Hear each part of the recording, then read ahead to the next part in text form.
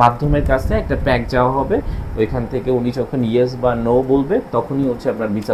আজকে হচ্ছে অনেকেরই হচ্ছে নতুন করে কল আসছে পাসপোর্ট জমা দেওয়ার জন্য, যেগুলো রিটার্ন পাসপোর্ট ছিল, এবং অনেকেও হচ্ছে যারা স্ক্যান কপির আন্ডারে ছিল তাদেরকেও কল করা হয়েছে এবং ডাকা হয়েছে যে আপনাদের পাসপোর্টটা সাবমিট করে যান। এক্ষেত্রে বিশেষ করে সবথেকে বেশি যেটা ছিল এটা হচ্ছে রোম শহরে, যারা হচ্ছে রোম শহর থেকে ভিসার জন্য অপেক্ষা করতেছেন বা অ্যাপয়েন্টমেন্টের জন্য অপেক্ষা করতেছেন, তাদের জন্য একটা ভালো রেজাল্ট। গত মাসে প্রচুর পরিমাণে ভিসা হয়েছে।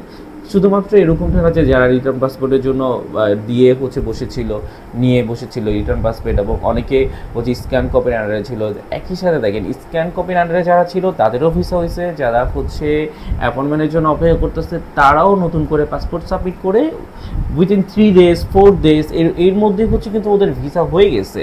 পরিমাণে মালিকের স্পিড আইডিতে, মানে যেমন একটা মালিকের সবগুলো উল্লাসটা রেবোকা হয়ে গেছে, এরকম অনেক হয়েছে। তো আপনারা যারা হচ্ছে এখনো পর্যন্ত টেনশনে আছেন তারা চাইলে পুনরায় আরেকবার হচ্ছে স্টেপ মেসিটা দেখে নিতে পারেন, কারণ যাদের স্টেপ মেসি নাই তারাই হচ্ছে ভিসা পাবেন না।